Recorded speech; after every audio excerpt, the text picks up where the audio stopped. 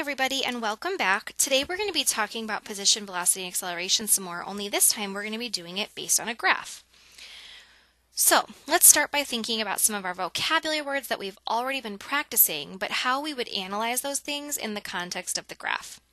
Most of the time in calculus, you're going to be given a velocity versus time graph. Not always, but most of the time. So if you have a velocity versus time graph and you want to find the velocity, you just look at the y values on the graph. For example, if I said, what is Waldo's velocity at t equals 14? I would find the 14, which is 1, 2, 3, 4, 5, 6, 7, 8, 9, 10, 11, 12, 13, 14. And I would say the y value there is 3. So his velocity is 3 feet per second. And again, I'm making sure to include units on my answer. If I wanted to figure out when I'm moving to the right versus when I'm moving to the left, moving to the right means my velocity is greater than or equal to 0. So in other words, I'm going to look for where my graph is above the x-axis because that's where my velocity values would be positive. What that means is that on this graph, my velocity is positive here, here, all the way to here. So I would say that my velocity is positive from 0 to 3, from 9 to 19. If I want to figure out where my velocity is negative, and when I'm going to the left, I'm going to look for my velocity is less than or equal to 0, which means I'm going to look for below the x-axis. So below the x-axis would be this chunk of the graph right here, and this chunk of the graph here at the end. So if I wanted to list that information, I would say from 3 to 9 and from 19 to 20. For speed, we're going to always go back to what we've talked about before, which is the absolute value of velocity. So I would start by finding my velocity value and just make it positive. If I say what is Waldo's speed at 5, I would figure out what my speed is at 5, which in this case would be -3. And so my speed would be the absolute value of -3, which would be +3. And that would be measured in feet per second. Now, since acceleration is the derivative of velocity, for acceleration, we're going to look at the slope.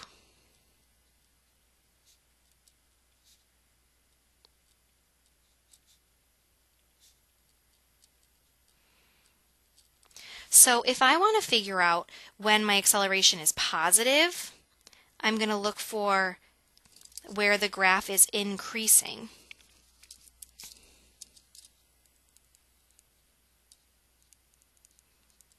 Which is another word for uphill. And if I want to look for where the acceleration is negative, I'm going to look for decreasing, which is another word for downhill. If I say, for example, what is Waldo's acceleration at t equals 1? At t equals 1, I'm on this part of the graph right here. The acceleration would be the slope of that graph. So we can find the slope by just doing rise over run. So I would go down 3 over 3, which means my slope or my acceleration would be -1 feet per second squared. If I want to figure out where my speed is increasing, I'm looking for where my velocity and my acceleration have the same sign.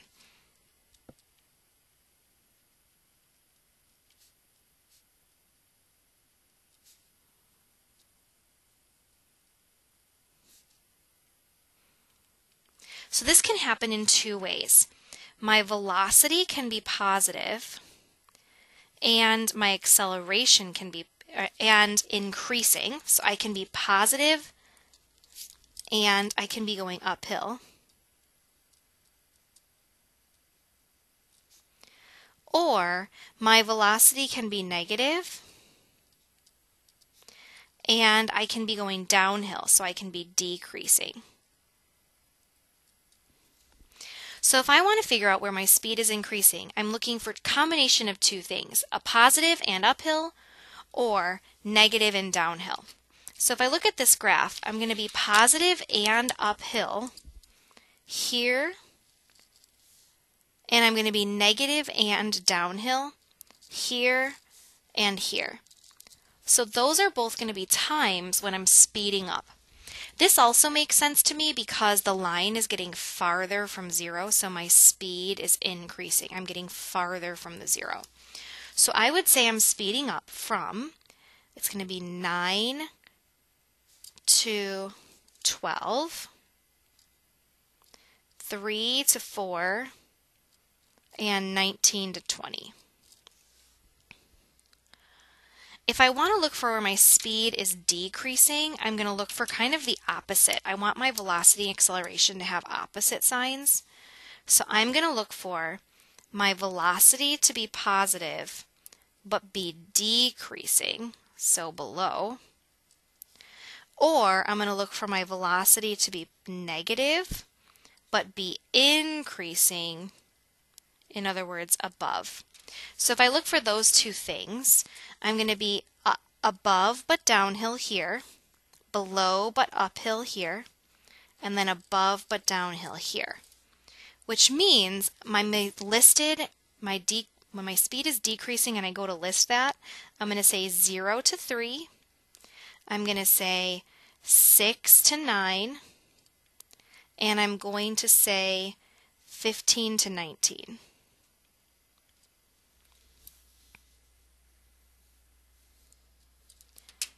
Okay, let's go ahead and do one example together where we can kind of see this in action. So it says here the accompanying figure gives the velocity function for a particle.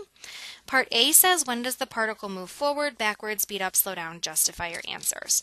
So let's start with forward. So I'm going to use pink for forward.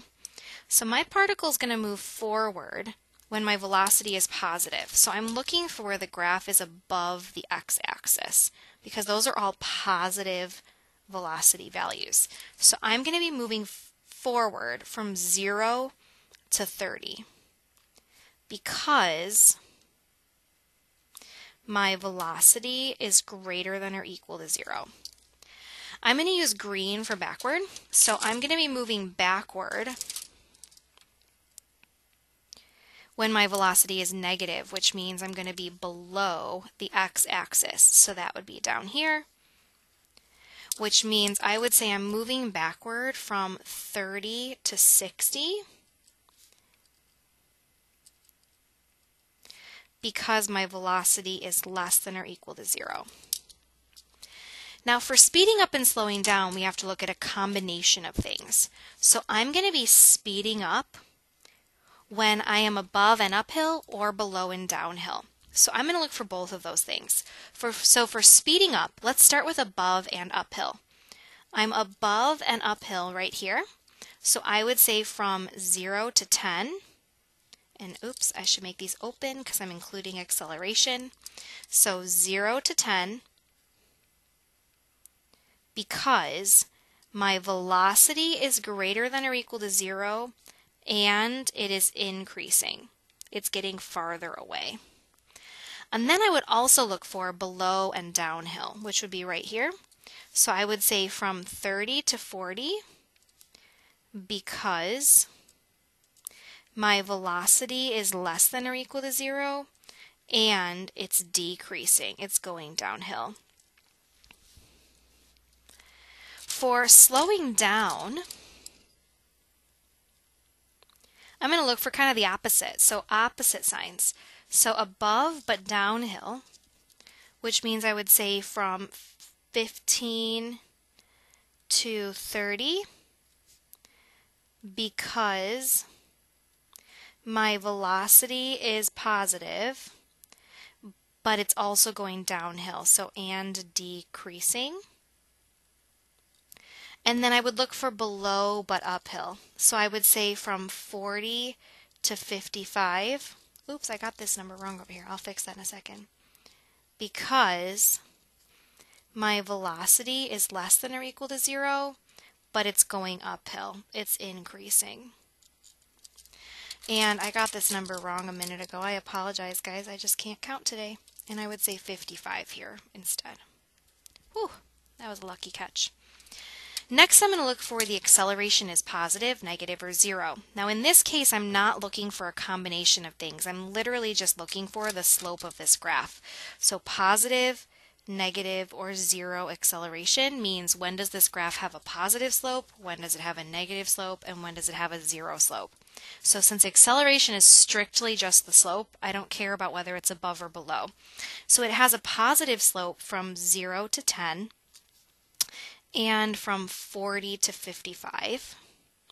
It has a negative slope from 15 to 40, and it has a 0 slope from 10 to 15. When does the particle move at its greatest speed? So since speed is the absolute value, it can be either the highest high or the lowest low, whichever one is farthest. It looks like its highest point is here and its lowest point is here. So the highest section of the graph has a speed of 60 and the lowest section of the graph has a speed of 40. Since 60 beats 40, I would say from t equals 10 to t equals 15 minutes.